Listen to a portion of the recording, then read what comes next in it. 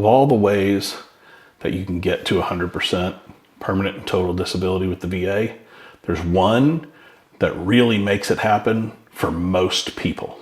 Let's get into that today. Hey, welcome back. Today we're going to talk about how to get to 100% permanent and total disability the easiest way that I know. Now, let me preface this a little bit by telling you, if you're not 100% and if you're not eligible to be 100%, don't expect to be, right? Get rated for what you actually have, for the symptoms, for the disabilities, for all the things that you have that are service connected or secondary service connected, which is what we're going to talk about today. Get to that point. What I'm going to talk about today specifically is secondary conditions and the way that they play a role in getting to 100%. Now, secondary conditions are things that are caused by primary conditions, right? It's pretty standard, pretty simple, but we're going to cover it real quick here. If you have PTSD and you have sleep apnea and you have headaches, all three of those can be linked together, but you need one of those to be directly service connected before you can start trying to look at how are these others connected as well, right? To that as a secondary condition. So if you're rated at 50% for PTSD and you get a current sleep apnea related to PTSD ranking, then you'll get 50% more, which will jump you up into the 70 range, right? Or even the 80 range, I think, 80 range at that point. So it's important to look at these secondary conditions. You know, you add headaches or migraines for 50% on top of that, and now you're in the 90% range, and you're working on getting towards that 100, right? So the reason I say that is because there are very few things that are 100% service-connected debilitating. Very few things. Now, if you can't work because of all of your issues with the VA or with your service-connected disabilities, then you can get TDIU. You know, more than likely you should probably pursue 100% anyway because you're going to need it to sustain and you know, keep getting the things that you need as you either A, recover, or B, live out the rest of your life. So, all right, secondary conditions. Secondary conditions, the thing about those is I'm reading my notes, as you all know. Common secondary conditions is what we're going to talk about first. So, common secondary conditions, if you have chronic pain. If you have chronic pain, it can lead to chronic depression. If you have a service-connected injury that has to do with your nose, rhinitis, you know, deviated septums, the whole 9 yards, leads to sleep apnea, right? A lot of things lead to headaches. Gastrointestinal orders are big on that list as well for secondary conditions. There are so many secondary conditions out there that you need to just really make sure that you educate yourself.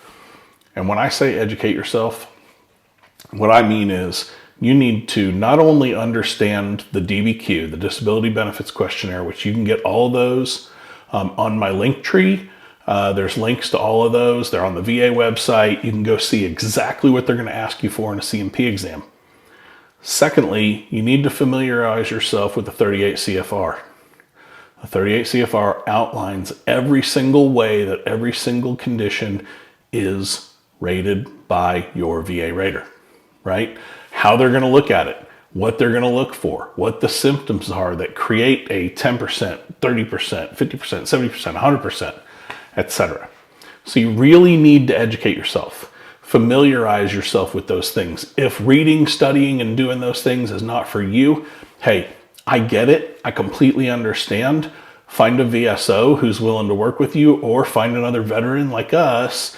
You know, there's several of us out here on YouTube that are trying to give you as much information as possible. And sometimes you just need to get a good consult with somebody that's going to do that. I'm not a big fan of claims companies, so I'm not going to recommend using a claims company. If you get stuck and you've tried all your avenues, I am a proponent of getting a law firm involved, but only if you get to the point where you've done everything that you can, right? So, let's see. Let's go back in here. One of the main keys to secondary conditions. Now, you have your big three, right? The big three are always there. You have a diagnosis for something. You have an in-service event that caused the initial, and you have the service connection, right? Let's say all three of those are for chronic pain because you got whacked sideways in the middle of Afghanistan or something, right? So you get to that, you get that chronic pain piece going, and then all of a sudden you say, hey, wait a minute, I've been getting treated all this time for depression or mental health or PTSD or anything else. Well, now you're building that connection back to those three. Now you're adding your four, my secondary condition of all those things combined that I've already gotten rated for. So it's very important that you have continuous care. Continuous care is not you have to go to the doctor every month for something for the next 25 years. It's as needed care, but if you're not seeing a doctor for a specific condition once a year, it would be hard for me to say that you have a permanent condition. If you're, barring, a limb missing or a disfiguring scar or something that doesn't need medical treatment every single year, but mental health, rhinitis, GERD, all those things require you to go see a doctor. They require you to go get meds. They require you to do something, right? Seek therapy, etc. So you have to build a continuous timeline.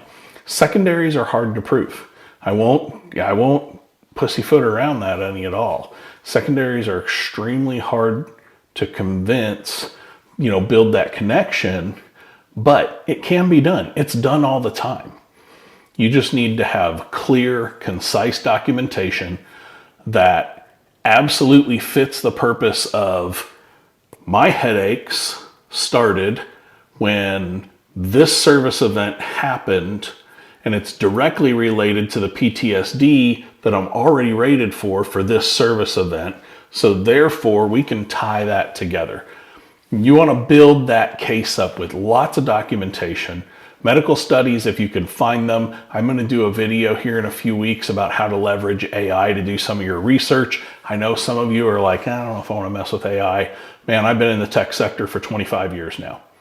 And I think that you need to leverage it because there's ways that you can leverage it. And I'm going to show you exactly what to do. And I'm going to give you some specific prompts to use that will help you build your case. It'll help you even determine if you have a case, right? Hey, I've got these headaches and I think that these other things are connected to headaches. Well, you go into AI and you ask them, hey, can I connect these two together, service connection, etc. But you need to build that comprehensive medical evidence, that comprehensive documentation trail that leads everything together back to your service-related disabilities and add these secondaries as other symptoms and other conditions onto the top of them. That is the best way to get to 100% P&T. If you have any questions, please reach out. I try to respond to every comment that comes in.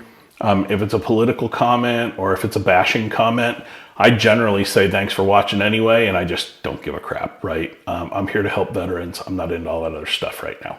So please like, share, subscribe, let the video run all the way through. All those things help me get the word out to more and more veterans. Everybody who's already subscribing and liking and sharing my videos, thank you so much because you're making a huge difference in the numbers that I'm seeing on YouTube. And again, this isn't my career, so I'm not reliant on getting paid for any of this. I do this because if I can help one veteran, I've done better than some, right? Take care, everybody.